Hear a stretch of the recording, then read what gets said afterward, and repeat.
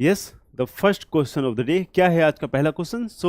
जो आज पहला क्वेश्चन है इट इज फ्रॉम पॉलिटी और ये कहता है from which countries constitution no feature has been borrowed. ठीक है, मैंने ऐसे सारे क्वेश्चंस आपको कराए हैं।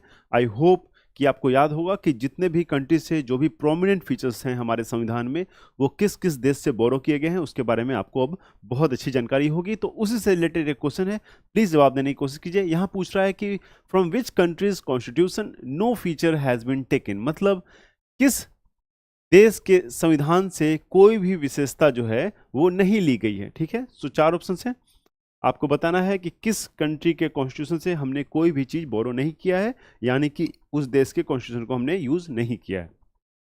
United states of America, Britain, China and France. क्या हो जाएगा इसका राइट आंसर? यस, ऑब्वियस सी बात है, आपको पता है चाइना हमने डिस्कस नहीं किया है, तो इसका जो राइट आंसर है वो चाइना हो जाएगा। ठीक है, चाइना से हमने कोई भी फीचर जो है वो बोरो नहीं की है। क्लियर है, समझ में आ रही चीजें? ओके। ब्रिटेन यूएसए जानते हैं, यूएसए हमने जो प्रेसिडेंट का पोस्ट है, या यूएसए हमने जुडिशियल रिव्यू वाला जो पोस्ट है, फंडामेंटल राइट्स है, ये सब हमने यूएस से बोरो किया है। और जो ब्रिटेन है आप जानते हैं, जो हमारा पार्लियामेंट्री सिस्टम है, जो हमारा संसदीय प्रणाली है देश का, वो तो पूरा ब्रिटेन से ही लिया गया है। ठीक है, okay, let's move to next question. और अगला क्वेश्चन पढ़ते हैं कि क्या है। So Anant's mother advised him to not sleep under the trees at night as trees releases which of the following gas? आपको बताना है। देखिए क्या है कि अनंत की माँ ने उसे रात में पेड़ों के नीचे सोने से मना किया है, क्योंकि उसकी माँ ने बोला है कि एक गैस वहां से निकलता है जो आपके लिए काफी नुकसानदेह है। आपको बताना है कि कौन सा वो गैस है। तो आपको पता है कि जो प्लांट होता है वो दिन में ऑक्सीजन रिलीज करता है through the process of respiration, और रात को जो है वो क्या करता है, वो कार्बन डाइऑक्साइड रिलीज करता है। और आपको पता है carbon dioxide is not good for health, so इसीलिए अनंत की माँ ने उसको एडवाइस किया है कि रात को पेड़ के नीचे नहीं सोना है। क्लियर है? Let's move at the next question. So in which year was the Pitt's India act passed? Pitt's India act आपको पता है, पिट्स इंडिया एक्ट कब पास हुआ था ये आपको बताना है। 1819, 1901, 1857 और 1784। पिट्स इंडिया एक्ट बहुत पॉपुलर एक्ट है, आपको पता होना चाहिए। और इसको कब पास किया गया है ये आपको पता होना चाहिए, इसका पर्पस क्या था ये भी आपको पता होना चाहिए। तो एक रेगुलेटिंग एक्ट आया था 1773 में, ठीक है, आपको पता होगा। उसमें जो बहुत सारे प्रोविजंस थे, उसमें कुछ प्रोविजंस को क्या करना था, उसको ठीक करना था, उसको करेक्ट करना था।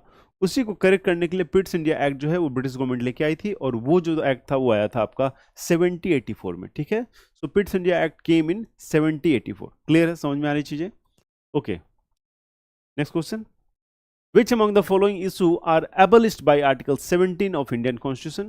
आर्टिकल 17 जो है वो आपको पता है, हमने आपको पढ़ाया है कि it is the part of fundamental rights. जो हमारा पार्ट 3 में,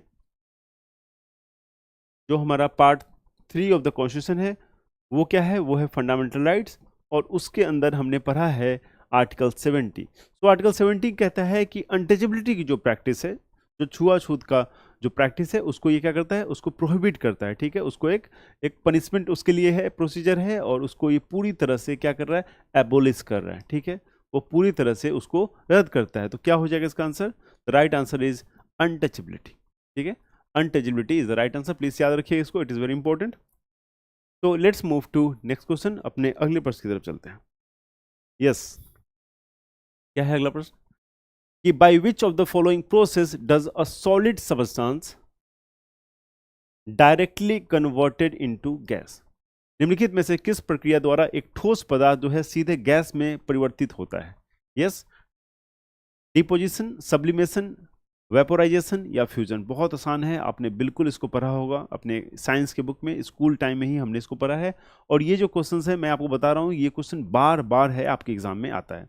सो please I will request you to please remember this fact. अगर आपको नहीं भी पता है तो आज की क्लास के बाद आप इस फैक्ट को जरूर याद रखिएगा, क्योंकि ये जो क्वेश्चन है आपसे दोबारा भी पूछे जाते हैं, क्योंकि मैंने देखा है कि ये क्वेश्चन कई बार आपके एग्जाम में पूछे गए। ओके, सो क्या हो जाएगा answer? By which of the following process does the solid substance is directly converted into gas? So the right answer will be sublimation। ठीक है, तो right answer will be sublimation। Clear है? ध्यान से एक बार देख लीजिए, ये क्वेश्चन इंपॉर्टेंट है, और ये क्वेश्चन जो है आपसे कभी भी आपके आगे एग्जाम में भी पूछा जा सकता है। Okay, so the next question क्या है, नेक्स्ट क्वेश्चन पढ़ते हैं. Sam wants to share his presentation with a larger audience. क्या करना चाहता है सैम? अपने प्रेजेंटेशन को लार्जर ऑडियंस, ज़्यादा लोगों के साथ शेयर करना चाहता है वाया ईमेल्स. ठीक है, via emails. Which features of MS PowerPoint 365 can he use for it. तो MS65 जो है उसका कौन सा फीचर जो है ये यूज करके अपने प्रेजेंटेशन को ज़्यादा लोगों को ये शेयर कर सकते हैं. क्या हो जाएगा इसका right option? Yes, save as, print, share और इन्फो. क्या हो जाएगा इसका right answer? Save as, print, share और info. Yes, right answer is share. आपको पता है share is the right answer. आपने कंप्यूटर के क्लास में इसको किया भी होगा. ठीक है, MS PowerPoint 365. ठीक, क्लियर, कोई दिक्कत नहीं, कोई परेशानी नहीं. Okay. So which of the following is not an important river of Malwa plateau. ठीक है, मलावा प्लेट्यू का निम्न में से कौन सा एक जो रिवर है वो इंपॉर्टेंट नहीं है? ओके, यस, मलावा प्लेट्यू आप लोगों ने सुना होगा, आप लोगों ने पढ़ा होगा ज्योग्राफी के क्लास में.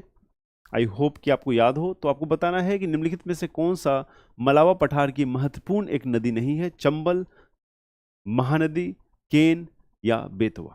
कौन सा जो रिवर है वो मलावा प्लेट्यू का एक बहुत इंपॉर्टेंट रिवर नहीं है? सो इसका जो आंसर है क्या हो जाएगा, जल्दी से बताइए.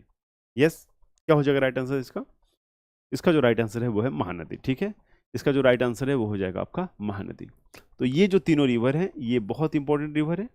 ठीक है, ये तीनों जो रिवर हैं वो काफी इंपॉर्टेंट रिवर है.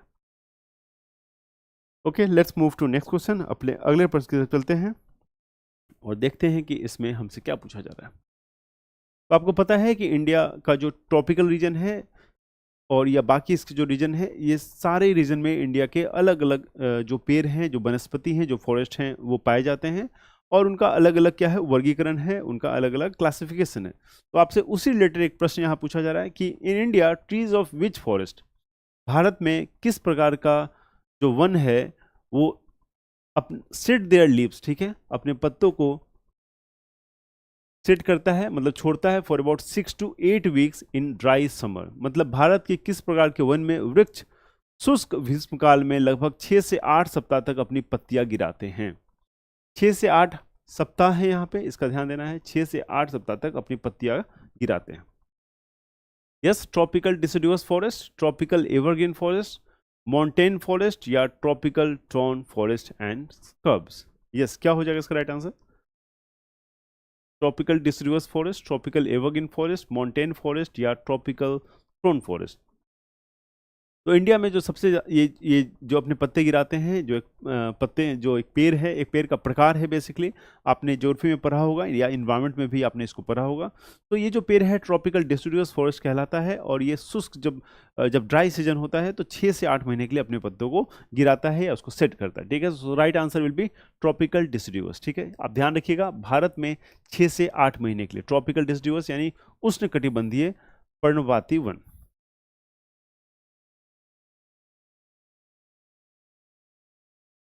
ओके, तो next important question in front of you. Sanchi stupa. जो सांची स्तूप है इसके बारे में भी आपने पढ़ा है आपके अपने क्लास में, थ्योरी की क्लास में हो या जो GS 6500 की जो बुक है या उसके जो वीडियो कोर्स है उसमें भी डेफिनेटली आपने इसके बारे में पढ़ा होगा. तो बताइए, Sanchi stupa is located in which state. किस राज्य में लोकेटेड है सांची स्तूप? महाराष्ट्र, बिहार, मध्य प्रदेश या गुजरात. कहाँ स्थित है सांची स्तूप, आपको बताना है. महाराष्ट्र, बिहार, मध्य प्रदेश या गुजरात. क्या हो जाएगा इसका राइट आंसर? यस, तो Sanchi stupa is located in Madhya Pradesh. ठीक है, मध्य प्रदेश में लोकेटेड है सांची स्तूप. क्लियर है, कोई दिक्कत नहीं, कोई परेशानी नहीं. ठीक है, ध्यान रखिएगा, सांची स्तूपा जो है वो मध्य लोकेटेड है. ठीक है, मध्य प्रदेश में लोकेटेड है. तो let's move on to next question. आइए पढ़ते हैं, देखते हैं कि आपसे किस तरह का जो प्रश्न है वो नेक्स्ट पूछा गया है. So which among the following has written the book.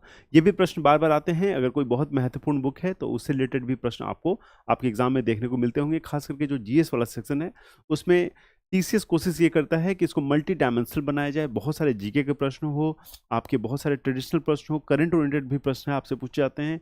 Sports वाले सेक्शन में भी आपने देखा है कि बहुत सारे ऐसे गेम जो फ्यूचर में होने वाले हैं उससे भी प्रश्न आते हैं, और बहुत सारे जो खिलाड़ी हैं वैसे भी प्रश्न आते हैं। ठीक है, तो देखिए यहाँ एक बुक से रिलेटेड क्वेश्चन पूछा गया है, और पूछा गया है कि एक बुक है जिसका नाम है द प्रेगनेंसी बाइबल।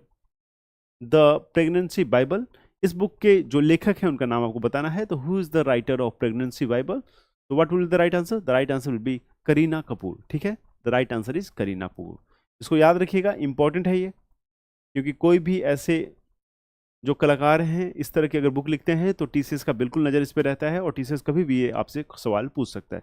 तो हमारे बुक में इसके बारे में बहुत सारे एक्सप्लेनेशन आपको मिले होंगे, हमारे वीडियो कोर्स में भी देखे होंगे, तो इन सब चीज़ों की भी डिस्कशन कहीं ना कहीं हम लोग उसको उसमें कराए हैं। तो आई होप कि चीज़ें आपको काफ़ी हेल्प कर रही होंगी। Okay, so let's move to next question. देखते हैं अगले प्रश्न में आपसे क्या पूछा गया है। यस, तो who one the women single title at Wimbledon? ठीक है, आपको बताना है कि विंबलडन में जो वुमेन सिंगल टाइटल हुआ है वो कौन जीता है? Danielle Collins, Elena Rybakina, Ons Jabeur या Ashleigh Barty? Yes, who among the following one, जो सिंगल टाइटल है विंबलडन का उसमें जो सिंगल वुमेन में जो जीता है, इनमें से कौन जीता है आपको बताना। देखिए वुमेन सिंगल पूछ रहा है आपसे। मैंने आपको पहले ही बताया है कि टेनिस के जो 4 ग्रैंड स्लैम होते हैं उसके कोशिश कीजिए आप मेल के सिंगल के विनर और जो रनर अप है वो, और फीमेल वाले जितने विनर्स हैं वो सारे कम से कम 7-8 नाम आते हैं टोटल, क्योंकि एक खिलाड़ी दूसरे में भी जीता रहता है। तो वो आप प्लीज़ याद करके एग्जाम में जाइएगा, क्योंकि उससे प्रश्न आने के चांसेस बहुत ज़्यादा हैं। और जो मैं पर्सनली ट्रेंड को महसूस कर पा रहा हूँ कि किस ट्रेंड में टीसीएस क्वेश्चन पूछ रहा है, तो मैं देख रहा हूँ कि टीसीएस का क्वेश्चन पूछने का जो जीएस का पैटर्न है वो कहीं ना कहीं थोड़ा सा हाई जा रहा है, वो पीसीएस टाइप के क्वेश्चन आपसे पूछने की कोशिश कर रहा है। ठीक है, तो please keep on watching the videos, मैं आपको गाइड करते रहूँगा, मैं आपको हमेशा कंटिन्यूसली बताते रहूँगा कि किस तरह से किस सेक्शन को तैयार करना है और कितना किस सेक्शन को टाइम एलोकेट करना है। बताइए इसका क्या आंसर होगा? यस,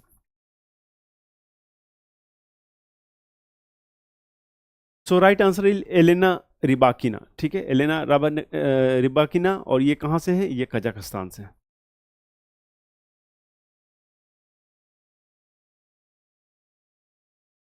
ये जो है ये कजाकिस्तान से। ठीक है, क्लियर है? Okay, let's move to next question. अपने अगले प्रश्न की तरफ चलते हैं। तो who founded Trinamool Congress in 1998 and became its chairperson after separating from Indian National Congress? Okay, so Trinamool Congress के बारे में आप जानते होंगे। इसका जो फॉर्मेशन हुआ था 1998 में, और इंडियन नेशनल कांग्रेस से सेपरेट होने के बाद इन्होंने तृणमूल कांग्रेस बनाया था, और इसका जो गठन हुआ था वो 1998 में हुआ था। यस, बताइए क्या होगा right answer? Yes, Jayalalithaa, Kanimozhi, Supriya Sule या ममता बनर्जी?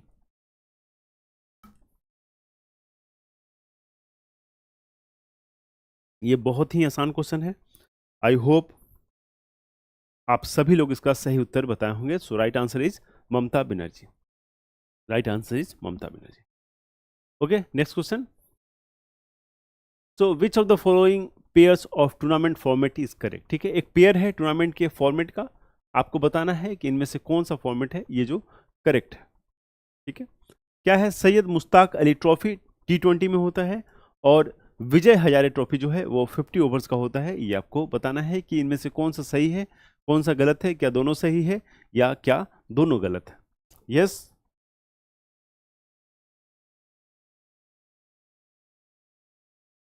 आप लोग क्रिकेट देखते होंगे, आपको क्रिकेट की अच्छी नॉलेज होगी, तो बताइए कि सैयद मुश्ताक अली ट्रॉफी और विजय हजारे जो ट्रॉफी होता है वो क्या होता है और कैसे होता है? यस, तो इसका जो राइट आंसर होगा, देखिए विजय हजारे ट्रॉफी 50 ओवर्स तो होता है, ये तो बहुत पॉपुलर ट्रॉफी है, सभी लोग जानते हैं इसके बारे में। लेकिन कहीं ना कहीं सैयद मुश्ताक अली जो ट्रॉफी है इसके बारे में जानकारी कम है, तो लेकिन इसका भी जो फॉर्मेट है वो बिल्कुल सही है। तो इसका आंसर क्या हो जाएगा? Both 1 and 2। इसका जो आंसर हो जाएगा बोथ 1 एंड 2। तो नेक्स्ट क्वेश्चन देखते हैं, आज का जो अगला प्रश्न है वो क्या है। So, the National Payment Corporation of India was set up under the provisions of which act? ठीक है, national payment corporation of India मतलब एनपीसीआई, ये बहुत ही इंपॉर्टेंट ऑर्गेनाइजेशन है एनपीसीआई। और आपको बताना है कि किस एक्ट के थ्रू ये बना था। तो the SARFAESI act 2002, payment and settlement system act 2007, government securities act 2006 या कंपनीज एक्ट 2013। क्या होगा इसका राइट आंसर? द एनपीसीआई जो है वो बना था किस प्रोविजन के अंदर, कौन से एक्ट में उसके अंदर प्रोविजन था? यस, तो राइट आंसर क्या हो जाएगा? Payment and settlement system act 2007। Payment and settlement system act 2007। Clear है? I hope things are clear, आपको चीजें समझ में आ रही होंगी। ओके, तो नेक्स्ट क्वेश्चन लेते हैं और देखते हैं कि नेक्स्ट क्वेश्चन में हमसे क्या पूछा गया। तो विच of the following statement is correct? Statement वाले क्वेश्चन से ध्यान से पढ़ना है। तो विच of the following statement is correct regarding the socialist society in the economy? ठीक है, जो समाजवादी समाज है उसके बारे में आपने पढ़ा है।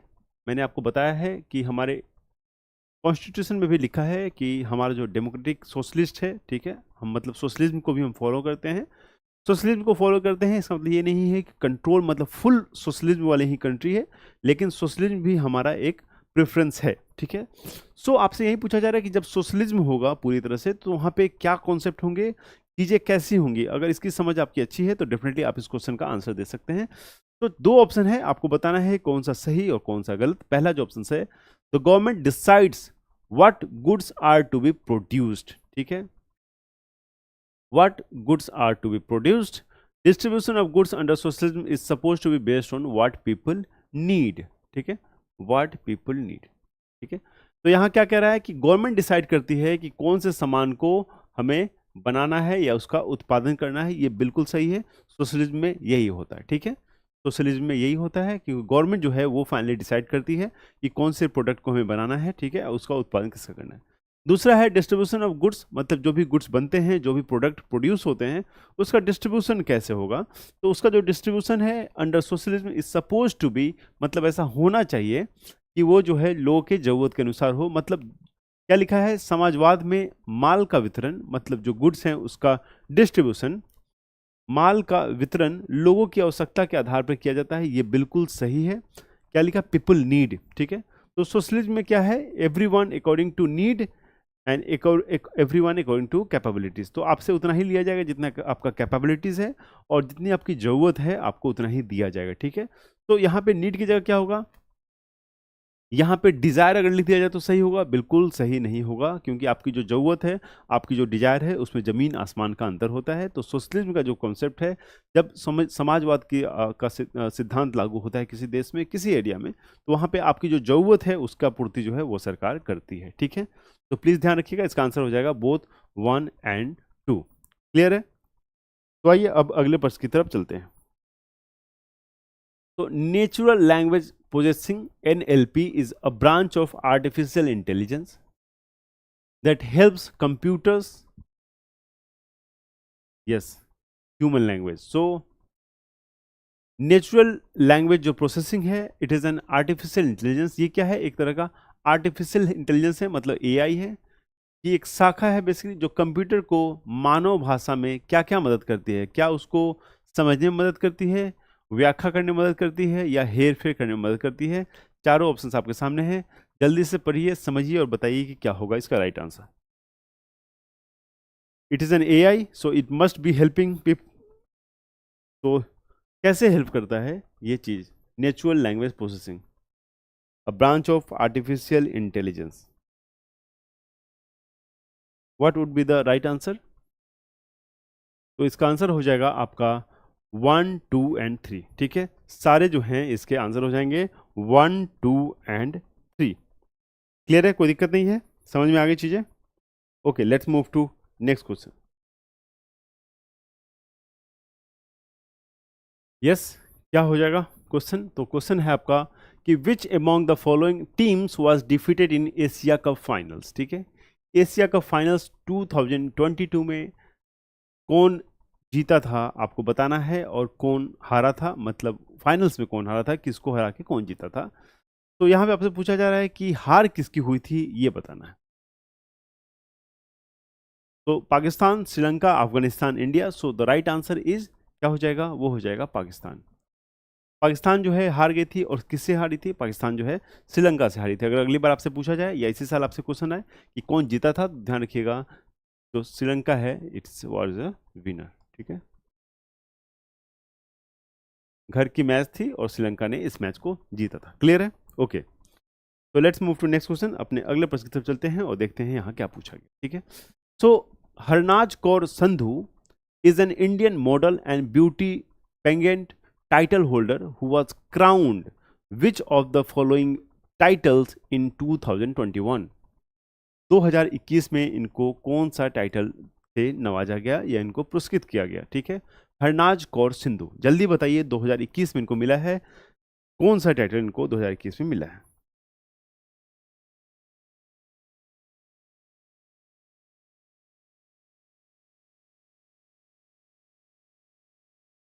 तो देखिए ये इंडियन मॉडल है और ब्यूटी पेंजेंट टाइटल होल्डर है।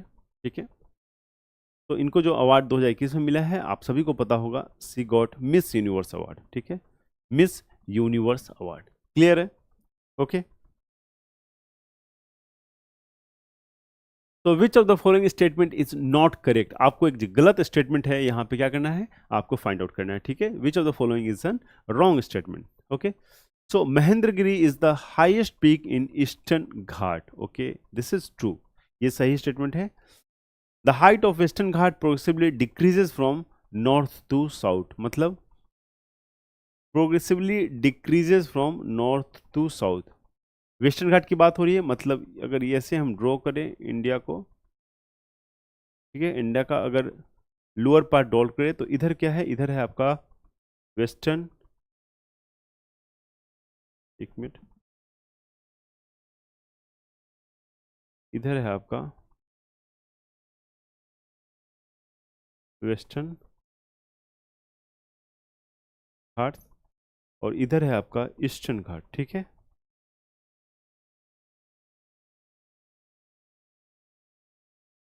इधर आपका ईस्टर्न घाट। ठीक है, सो द ईस्टर्न, अगला देखते हैं, the western Ghat cause a orographic rain, ये भी सही है। ठीक है, पर्वतीय वर्षा कराता है। पर्वतीय वर्षा मतलब आप समझते हैं, जैसे कि पहाड़ है और पहाड़ में क्या होता है कि एयर जो है आके टकराता है, उसमें टकराने के बाद एयर जो है ऊपर की तरफ जाता है और ऊपर जाने के बाद वो क्या होता है, एयर कंडेंस होता है, क्लाउड में चेंज होता है और जैसे उसको हीट मिलती है तो वो बारिश होती है, तो उसको हम लोग कहते हैं ओरोग्राफिक रेन। सो ये भी स्टेटमेंट जो है वो सही है।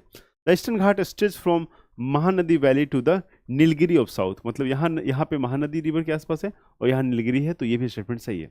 तो स्टेटमेंट जो बी है it is a wrong statement. ये कह रहा है कि जो वेस्टर्न घाट के पहाड़ हैं वो जो हाइट है, देखिए हाइट बोल रहा है, तो जो वेस्टर्न घाट का हाइट है वो क्या कह रहा है कि जो वेस्टर्न घाट का हाइट है वो बेसिकली आपका प्रोग्रेसिवली डिक्रीजेस, मतलब घटता है कहाँ से? From north to south.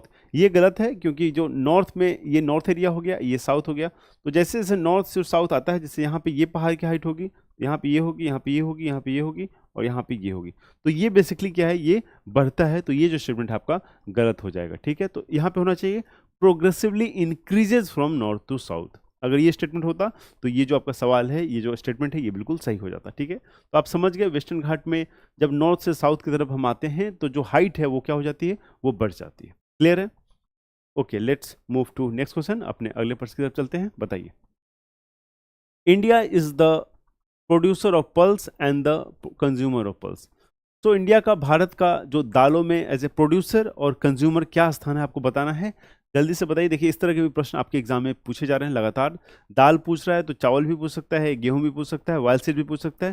क्या पूछ सकता है मैं आपको बताता हूँ। देखिए आपको ऑयल सीड्स पूछ सकता है, ठीक है, आपको कॉटन पूछ सकता है, आपको क्रूड ऑयल पूछ सकता है, आपको मिल्क पूछ सकता है, ठीक है, आपको फिशरी से पूछ सकता है क्वेश्चन, ठीक है, वेजिटेबल से पूछ सकता है। तो इन सब चीज़ों में जो इंडिया की रैंक है कंजम्पशन में और प्रोडक्शन में, ये सवाल आपसे पूछे जाते हैं। फटाफट बताइए कि दाल का जहाँ तक बात है तो यहाँ पे भारत का कंजम्पशन और प्रोडक्शन में क्या जो है नंबर है। सो कितना प्रोड्यूस करता है, ठीक है, और कितना कंज्यूम करता है। कितना प्रोड्यूसर है और कितना बड़ा कंज्यूमर है, ये आपको बताना है। So second largest, largest and second largest, second largest and largest और लार्जेस्ट एंड लार्जेस्ट, ठीक है। तो भारत को है प्रोड्यूसर के मामले में सबसे ज़्यादा प्रोड्यूसर जो है वो इंडिया ही है। पूरे दुनिया में सबसे ज़्यादा दाल का प्रोडक्शन जो करता है वो इंडिया करता है, और कंजम्पशंस में भी इंडिया ही ज़्यादा है, ठीक है। तो इसका राइट आंसर क्या हो जाएगा? डी। सो डी क्या है? वो कंजम्पशन और प्रोड्यूसर दोनों में ये ज़्यादा है। क्लियर है? कोई दिक्कत नहीं। आइए अगले सवाल की तरफ चलते हैं, ठीक है। समझ में आ रही चीज़ें, वो जो सारे मैंने फैक्ट्स आपको बताए हैं वो भी देखिएगा। ये आपकी ड्यूटी है कि थोड़ा सा इसको आप, ये जो चीज़ें मैंने आपको बताया है ये आप प्लीज़ ध्यान रखिएगा। इसमें भी जो रैंकिंग है वो आपसे पूछी जा सकती है। इंडियाज रैंकिंग, ठीक है। Okay, so which of the following is not a sub group of plant kingdom? Plant जो किंगडम है, जो प्लांट का जो जगत है, उसमें कौन सा एक उप समूह नहीं है, यानी कि सब ग्रुप नहीं है? चार ऑप्शंस आपके सामने है, टेलोफाइट्स, एंजियोस्पर्म, टीरियोडोफाइट या हेमिक्रोटेरा। टेलोफाइट हमने डिस्कस किया था एक लेक्चर में, उसमें क्या था, फंगी और एल्गे वाला जो ऑप्शन था वो था आपका टेलोफाइट्स, और बाकी तीन जो ऑप्शन है बताइए इसमें क्या आंसर हो जाएगा। इनमें से कौन सा एक जो है वो क्या नहीं है? नॉट अ सब ग्रुप, एक सब ग्रुप नहीं है, आपको बताना है क्या हो जाएगा right answer. Yes, what would be the right answer? क्या हो जाएगा इसका करेक्ट आंसर? तो इसका जो करेक्ट आंसर है वो हेमिकोडेटा होगा इसका right answer. Hemichordata, hemichordata is the right answer. Clear है? Okay, let's move to next question. अपने अगले प्रश्न की तरफ चलते हैं और देखते हैं यहां हमसे क्या पूछा गया है, ठीक है। यस, तो नेक्स्ट क्वेश्चन है वो उसके बारे में भी हम लोग जानते हैं। So in India the national statistics day is celebrated. तो नेशनल स्टैटिस्टिक्स डे है किसके जन्म दिवस पे सेलिब्रेट होता है? ये मैंने क्लास में डिस्कस किया था, आई होप आपको याद होगा। और उनका जो कंट्रीब्यूशन था वो इंडिया के प्लानिंग के क्षेत्र में, प्लानिंग कमीशन के क्षेत्र में था। वो प्लानिंग में काफ़ी इंपॉर्टेंट जो थे वो एक्टिव थे, और स्टैटिस्टिक्स के फील्ड में भी वो काफ़ी एक्टिव थे। और उनका जो नाम है वो है पी.सी. महालनोबिस। पी.सी. महालनोबिस, उनका नाम था पी.सी. महालनोबिस, ठीक है। तो इनके जन्म दिवस के दिन ही हम लोग क्या मनाते हैं? नेशनल स्टैटिस्टिक्स डे, ठीक है। नेशनल स्टैटिस्टिक्स डे जो है वो हम इनके जन्मदिन के ही मनाते हैं, राष्ट्रीय सांख्यिकी दिवस। सो क्या हो जाएगा डेट? तो नेशनल स्टैटिस्टिक्स डे जो है वो हो जाएगा 29 जून। नेशनल स्टैटिक्स डे जो है वो हो जाएगा 29 जून। सो पी.सी. महालनोबिस के जन्म दिवस के दिन मनाते हैं, और इनका जो कंट्रीब्यूशन है हमारे प्लानिंग कमीशन के क्षेत्र में, हमारा जो इंडस्ट्रियल प्लानिंग है खासकर उसमें इनका बहुत बड़ा रोल है। जो अपना सेकेंड 5 ईयर प्लान था उसमें हमने इंडस्ट्री को बहुत ज़्यादा अहमियत दी थी, और उस समय भी इनका जो कंट्रीब्यूशन था वो काफ़ी सराहनीय था, और काफ़ी बड़ा कंट्रीब्यूशन इनका प्लानिंग के क्षेत्र में भारत के संदर्भ में है, ठीक है। तो let's move to next question. अपने अगले प्रश्न की तरफ चलते हैं और देखते हैं यहाँ हमसे क्या पूछा गया। तो यहाँ का जो प्रश्न है वो देखिए क्या पूछ रहा है यहाँ आपसे। The bureau of Indian standard BIS is an statutory body working under the aegis of which union ministry, ठीक है। क्या पूछ रहा है कि भारतीय मानक ब्यूरो किस केंद्रीय मंत्रालय के तत्वावधान में कार्य करने वाला एक वैधानिक निकाय है, ठीक है। सो 4 मिनिस्ट्री का नाम दिया गया है, और आपको बताना है किस मिनिस्ट्री के अंदर BIS जो है वो काम करता है। ब्यूरो ऑफ इंडियन स्टैंडर्ड, आपने इसके बारे में सुना होगा। BIS, तो ministry of consumer and industry, ministry of micro small medium enterprise, ministry of corporate affairs और ministry of consumer affairs. Yes, क्या हो जाएगा? तो इसका जो राइट आंसर है वो है आपका D, ministry of consumer affairs, food and public distribution, और इसके अंतर्गत ही आपका जो BIS है वो काम करता है, ठीक है। ध्यान रखिएगा, ऐसे प्रश्न आपसे अमूमन एग्जाम में पूछे जाते हैं। Let's move to next question. Ruler of which dynasty built the famous iron pillar in Delhi? ठीक है, ruler of which dynasty build the famous iron pillar? किस वंश ने, किस शासक ने इसका निर्माण करवाया था? आपको बताना है।